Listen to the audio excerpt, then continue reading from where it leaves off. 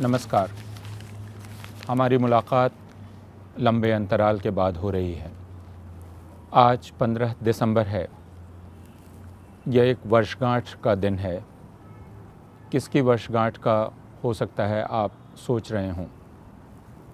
आज के दिन जामिया मिलिया इस्लामिया में प्रदर्शन कर रहे छात्र छात्राओं पर दिल्ली पुलिस ने बर्बरतापूर्वक प्रहार किया था।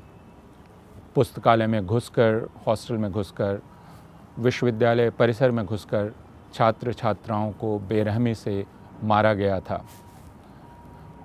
उन्हें गिरफ्तार किया गया था।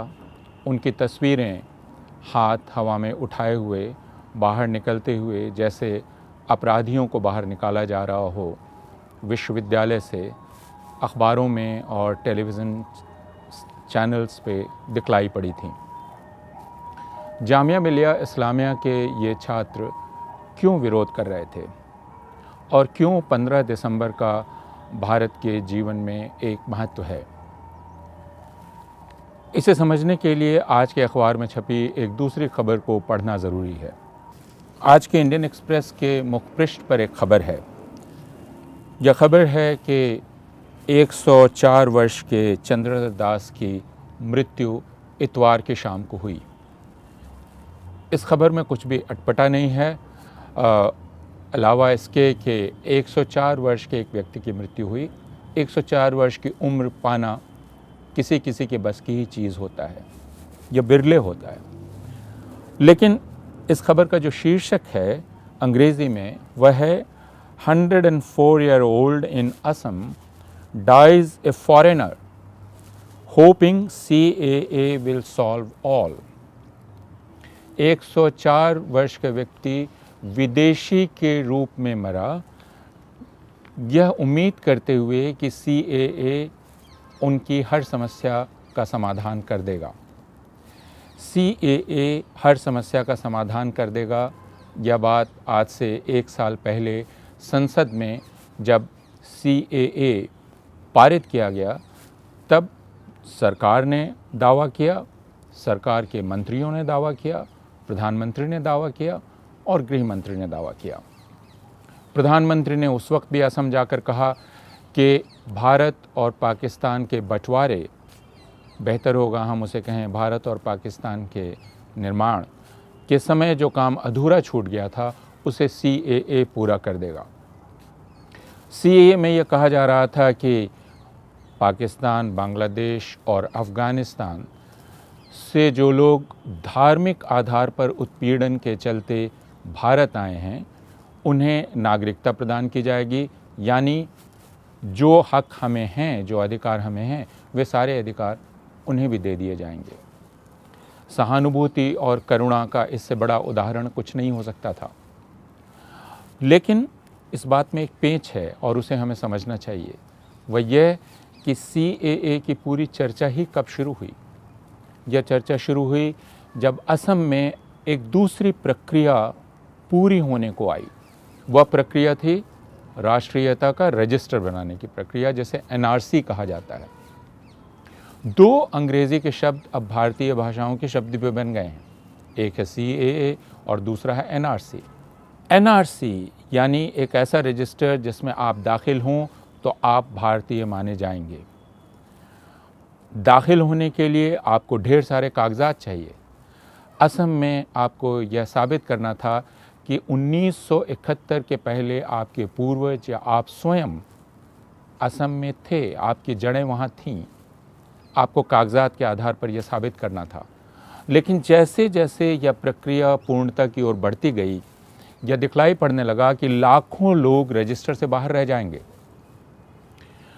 अगर लाखों लोग अवैध तरीके से भारत में घुस आए हैं, तो उन्हें रजिस्टर में क्यों रहना चाहिए?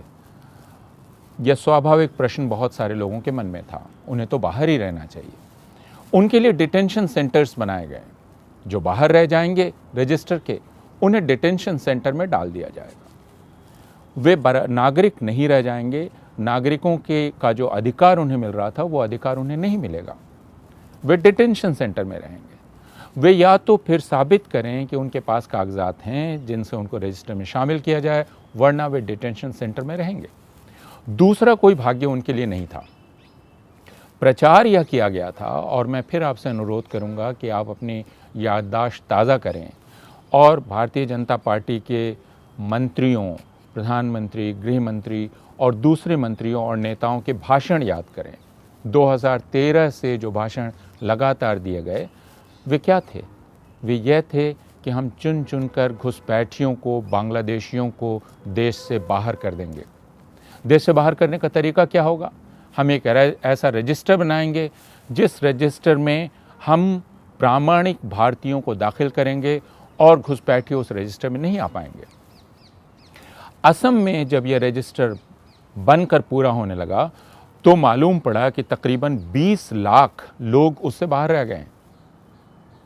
इसमें भी क्या हर्ज है? क्योंकि जो प्रचार किया जा रहा था वह यह था कि बांग्लादेशियों को चुन चुनकर हम बाहर करेंगे, और इस कोड वर्ड का अर्थ यह था, इस कोड शब्द का या कूट भाषा में बांग्लादेशी का मतलब मुसलमान, यानी जो बाहर रहेंगे वे बांग्लादेशी हैं या मुसलमान हैं। उससे भी हमें फिक्र करने की कोई ज़रूरत नहीं है। लेकिन जो 20 लाख लगभग लोग बाहर दिखलाई पड़े, उनमें ज़्यादातर हिंदू ही थे, हिंदू बंगाली। तब भारतीय जनता पार्टी की चिंता बढ़ी कि 20 लाख लोगों में तकरीबन 14 लाख से ज़्यादा तो हिंदू बंगाली निकले। तो फिर आप बाहर करने निकले थे मुसलमानों को, ज़्यादा बाहर हो गए हिंदू, फिर आप क्या करें? तब यह कहा गया कि घबराइए नहीं, इस तरह जो बाहर हो गए हैं उन्हें अंदर लाने का एक दूसरा तरीका हम निकालते हैं। हम नागरिकता के कानून में संशोधन कर देते हैं, और संशोधन करके हम यह कहते हैं कि 2014 तक पाकिस्तान, बांग्लादेश और अफगानिस्तान से जो लोग भारत आए हैं उन्हें नागरिकता दी जाएगी। अब प्रश्न यह था कि असम में आपने कुछ और कह के एनआरसी शुरू किया था, लेकिन हिंदुओं को नाराज़ न करने के डर से आपने सीएए शुरू किया। लेकिन क्या यह सिर्फ इतना था? सीएए दरअसल एक सांकेतिक कदम था। सीएए में कहा गया पाकिस्तान, बांग्लादेश और अफगानिस्तान से जो लोग भी 2014 के पहले भारत में आ गए हैं उन्हें भारत की नागरिकता दी जाएगी। सबको नहीं दी जाएगी, हिंदुओं को दी जाएगी, सिखों को, बौद्धों को, ईसाइयों को, जैन, इनको दी जाएगी, पारसियों को नहीं दी जाएगी तो मुसलमानों को।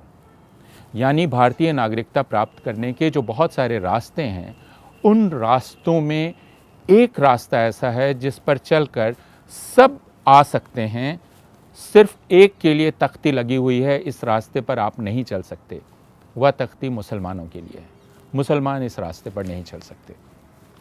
यानी पहली बार भारतीय नागरिकता की परिभाषा में धार्मिक तत्व का प्रवेश कराया गया, और धार्मिक तत्व का प्रवेश कराते हुए इसे असमान बना दिया गया और विभाजनकारी बना दिया गया। कानून जानने वालों ने कहा, संविधान जानने वालों ने कहा कि आपने भारतीय नागरिकता को धर्मनिरपेक्ष नहीं रहने दिया, उसे सांप्रदायिक बना दिया। जवाब दिया गया कि हम तो सिर्फ उन लोगों के लिए यह रास्ता खोल रहे हैं जो धार्मिक उत्पीड़न का शिकार हैं। लेकिन वो सिद्ध कैसे करेंगे? और सिर्फ इन्हीं 3 देशों के लिए क्यों? अगल बगल के दूसरे पड़ोसी देशों के लिए क्यों नहीं? यह प्रश्न किया गया। म्यांमार के लिए क्यों नहीं? भूटान के लिए क्यों नहीं? श्रीलंका के लिए क्यों नहीं? अगर आपकी करुणा और सहानुभूति इन 3 देशों में धार्मिक उत्पीड़न सह रहे लोगों के लिए है, तो श्रीलंका में धार्मिक उत्पीड़न सह रहे हिंदुओं के लिए क्यों नहीं? तमिल हिंदुओं के लिए क्यों नहीं? म्यांमार में धार्मिक आधार पर उत्पीड़न सह रहे रोहिंग्या मुसलमानों के लिए क्यों नहीं? आपके दूसरे बड़े पड़ोसी चीन में धार्मिक आधार पर उत्पीड़न सह रहे बौद्ध, तिब्बती और वीगर मुसलमानों के लिए क्यों नहीं? इस प्रश्न का कोई उत्तर नहीं था, और उत्तर जानबूझकर नहीं था, क्योंकि जैसा मैंने कहा, सीएए का सिर्फ एक सांकेतिक अर्थ था। वह सांकेतिक अर्थ यह था कि भारत में मुसलमानों को बराबर का अधिकार नहीं है। सरकार ने कहा कि यह कानून नागरिकता देने के लिए है, नागरिकता लेने के लिए नहीं, और यह बात सही है। लेकिन इस कानून से पहली बार नागरिकता की परिभाषा में ही असमानता का तत्व, विभाजनकारी तत्व घुस गया। और उसके साथ या उसके पहले एनआरसी की प्रक्रिया है। गृह मंत्री ने संसद में कहा कि हम पहले एनआरसी की प्रक्रिया पूरी करेंगे और फिर सीएए लागू करेंगे। यानी एनआरसी से हम पहले लोगों को बाहर करेंगे और बाहर जो हिंदू रह जाएंगे उनको अंदर करने के लिए हम सीएए का इस्तेमाल करेंगे। जब एनआरसी पूरा हो गया तब असम की सरकार ने कहना शुरू किया, नहीं, हम इस एनआरसी को स्वीकार नहीं करते, क्योंकि इस एनआरसी में तो ज़्यादा हिंदू बाहर रह गए हैं। यह प्रक्रिया, ध्यान रहे, असम सरकार ने ही की थी, भारतीय सरकार के तहत ही हुई थी, उच्चतम न्यायालय या सर्वोच्च न्यायालय की निगरानी में हुई थी। और जब वो पूरी हो गई तब असम सरकार ने कहना शुरू किया, नहीं, हम इसे नहीं मानते। अभी भी वो कह रहे हैं हम इसे नहीं मानते। 1 साल तक चुप्पी के बाद, सीएए कानून के पारित होने के बाद 1 साल गुजर चुका है। सीएए कानून को प्रभावी करने के लिए जो नियम कायदे बनाए जाने चाहिए, सरकार ने अब तक नहीं बनाए हैं। बहाना ये दिया जा रहा है कि कोविड के चलते हम व्यस्त हो गए।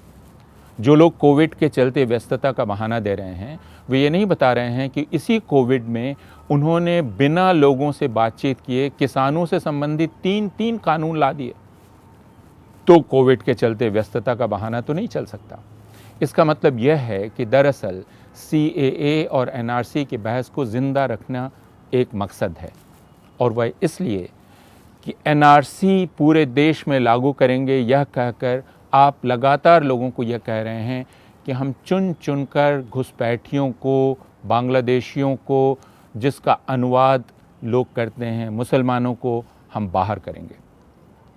और फिर आप एक दूसरी चीज़ पेश करते हैं, यह कानून है सीएए, जिससे हम मुसलमानों को बाहर छोड़ देंगे, बाकियों को ले आएंगे। यही बात थी जिसके चलते मुसलमान क्षुब्ध हुए, बेचैन हुए, परेशान हुए। और यही बात थी जिसको पढ़े लिखे और शिक्षित लोगों ने समझा, जो भारतीय संविधान को समझते हैं। और वैसा समझने वालों में छात्र सबसे आगे थे। और इसी वजह से जामिया मिलिया इस्लामिया, अलीगढ़ मुस्लिम विश्वविद्यालय, जादवपुर जवाहरलाल नेहरू विश्वविद्यालय और देश के दूसरे विश्वविद्यालय के छात्र सड़क पर निकले और उन्होंने कहा, देश की नागरिकता में यह विभाजनकारी तत्व प्रवेश नहीं कर सकता। हम नागरिकता की बराबरी की समझ को दूषित नहीं होने दे सकते। और जब वे बाहर निकले, उन पर सरकार के तरफ से पुलिस ने हमला किया। जामिया मिलिया इस्लामिया में, अलीगढ़ मुस्लिम विश्वविद्यालय में और उत्तर प्रदेश के अलग अलग शहरों में जो लोग 15 तारीख से 20 तारीख के बीच विरोध प्रदर्शन में निकले, उन पर उत्तर प्रदेश सरकार ने बर्बरतापूर्वक दमन किया। तकरीबन 23 लोग मारे गए, सैकड़ों गिरफ्तार हुए। आज जब हम यह बातचीत कर रहे हैं, 15 दिसंबर, वह उस संघर्ष का पहला साल पूरे होने का दिन है, पहली वर्षगांठ।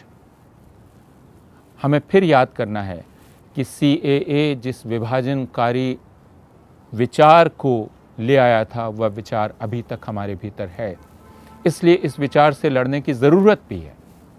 जामिया मिलिया इस्लामिया, अलीगढ़ मुस्लिम विश्वविद्यालय के बहुत सारे छात्र जिन्होंने संघर्ष की शुरुआत की थी, उनमें से कई जेल में हैं। उन पर यूएपीए लगा दिया गया है, जो दहशतगर्दी से लड़ने के लिए बनाया गया कानून है,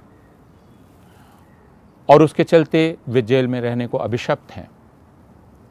उन्हें दहशतगर्द कहा जा रहा है क्योंकि उन पर यूएपीए का कानून लागू कर दिया गया है। तो आज जब हम ये बात कर रहे हैं, हम ध्यान रखें कि हमारे इन नौजवानों ने समानता के विचार को जिंदा रखने के लिए संघर्ष शुरू किया था।